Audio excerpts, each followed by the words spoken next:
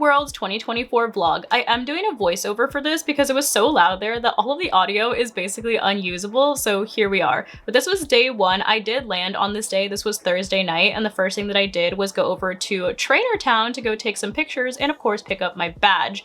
And as you can see, there was a ton of people here. This was like the first night that you could go, and there's my mom. I did go with my mom and my brother, but we did go and take a bunch of pictures. I had to get a picture with Umbreon and Espeon since Espeon is my favorite Pokemon and my signature Pokemon, and Umbreon's kind of a package deal with her. So here I am. I was talking to the employee as well that was helping people take pictures. He was so sweet. Everyone there was so nice, but there was a ton of different photo opportunities, and these little inflatables of all of the starters were scattered throughout this little bay area. Is this bay or a harbor? Something like that. But this area was packed, and there was a ton of things to do here too. There was activities like bowling, something with these little floaties that I did not check out, but the floaties are cute. And of course, I had to take a picture with my Paldea starter, Spirigatito, because it's adorable. They also had this area where you could sign these surfboards, which I thought was really cool. So obviously I had to do that. And look at how pretty the harbor or bay, whatever you want to call it, is. It was so freaking beautiful there. And there was my brother and my mom again. But I had to get one last picture before it got too dark with Dragonite, since that is my favorite pseudo. And then it was time for the drone show. And this was definitely the highlight of the night. They did have the drone show almost every day that the actual event was going on. They just didn't do it on Friday because of the rain.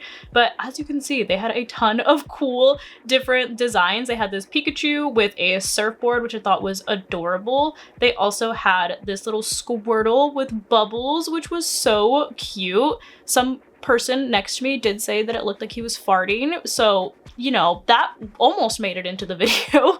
They also had this Azumarill with a little Hawaiian flower. That one little drone got lost, and it did bother me until it found its home, but it's fine. See, it got there eventually. They also had Blossom, which was also very on brand considering it has a little hula skirt. And this was probably the crowd favorite for the entire show, which was Psyduck, because look at how freaking cute he is, and he's always so confused. They obviously had to throw Mew in there as well. I thought it was really cool that its tail moved with it. And of course, like I said, Dragonite is my favorite pseudo, so I had to get some shots of this adorable Dragonite. All my Dragonites are named Moo, by the way, and they're all female.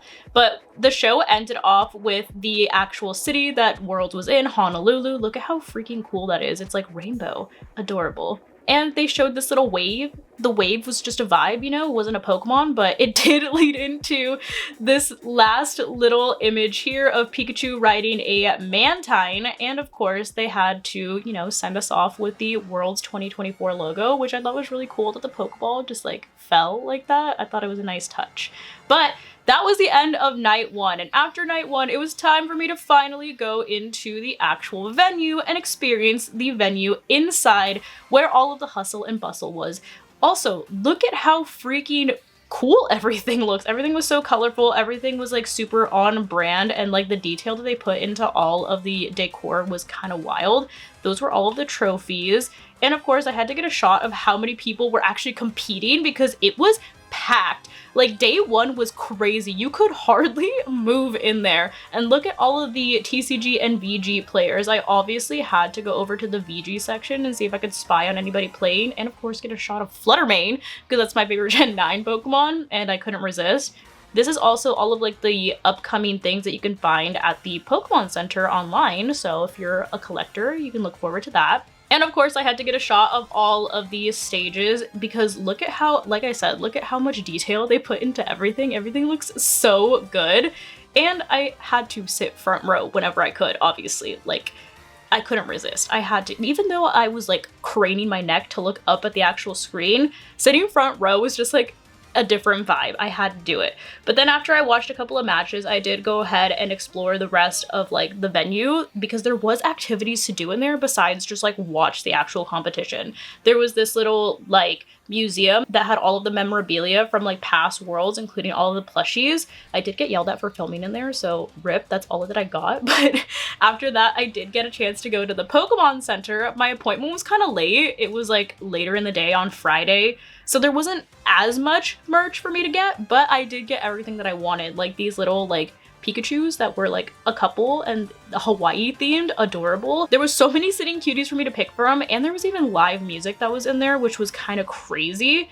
And they even had like a full-blown like skateboard ramp thing. I don't skateboard, I don't know what this is called, but I thought it was cool. And they had custom skateboards as well, which was actually really cool. But the next day they did let all of the creators in early so that we could film in the actual venue before anybody was able to go into the convention center.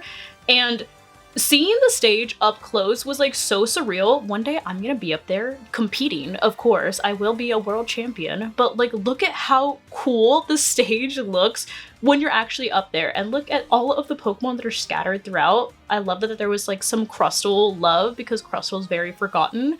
But yeah, I just like was literally taking it all in and fangirling over a whole table because that's where the VG people sit when they're on stream.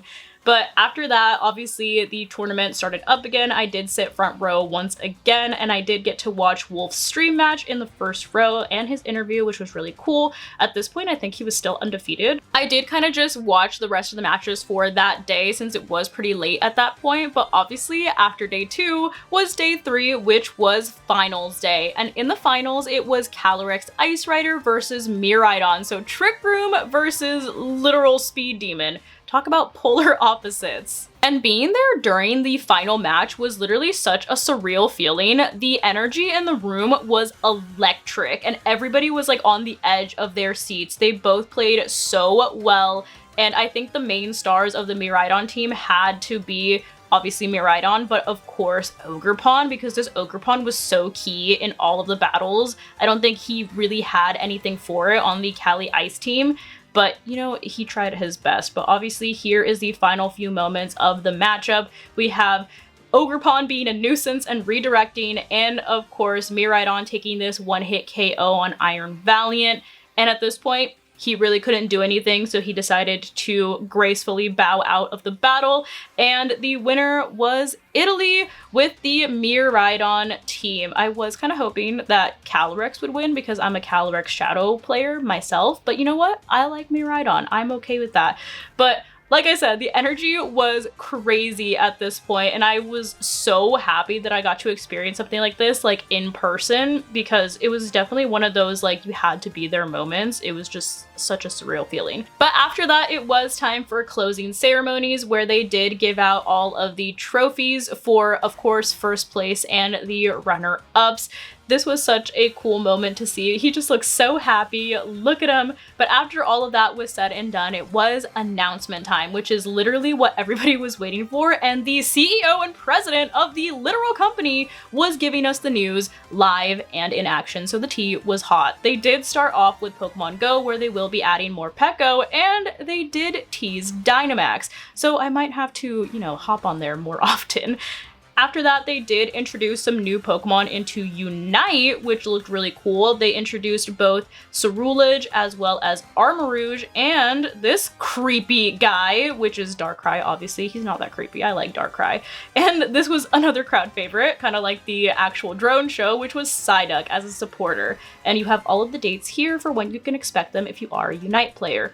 We did also get a new trailer for the TCG Pocket game, which I thought this looked really cool and kind of made me actually want to start learning how to play the TCG, because it looks a lot like easier to do it in this format and less intimidating. So that was cool to see too. And then after that, they did tease something with Mewtwo. So it looks like we can expect something with Mewtwo in the TCG Pocket game. And then it was time for announcements for the actual TCG, where they announced that they're bringing back trainer cards, which I thought was so cool because personally, I really like trainer cards. So we have Lily's Clefairy, and they also announced Marnie, which is one of my favorite characters from Sword and Shield, Marnie's Grimmsnarl, which I thought was really cool as well, and another fan favorite, N. And N actually got multiple trainer cards. We have N's Zoroark as well as Reshiram, and it's also going to be getting a full art version as well, which that's something I would want because I love the full arts. They did also tease some other trainers to come too. And it looks like we may also be seeing the return of Rocket cards, since they did show this little Team Rocket emblem at the end. But after all of those announcements were done, it was time for the main event, which was them announcing where the next location and dates for Worlds was. And the second that I saw the oranges, I knew it was in my neck of the woods. Look at me almost dropping my camera from excitement. But 2025 Worlds will be in Anaheim, so see you there. But that clearly was not enough for them because they did also announce the following year's location as well, which is also in California, and it just so happens to be in San Francisco, another place where I can go. But that was basically all that happened at Worlds. Hopefully you guys enjoyed, even though this is a little voiceover, and you guys can start planning for Worlds for the next 2 years. But thank you guys so much for watching. I love you all so much, and I'll see you in the next video. Bye, guys.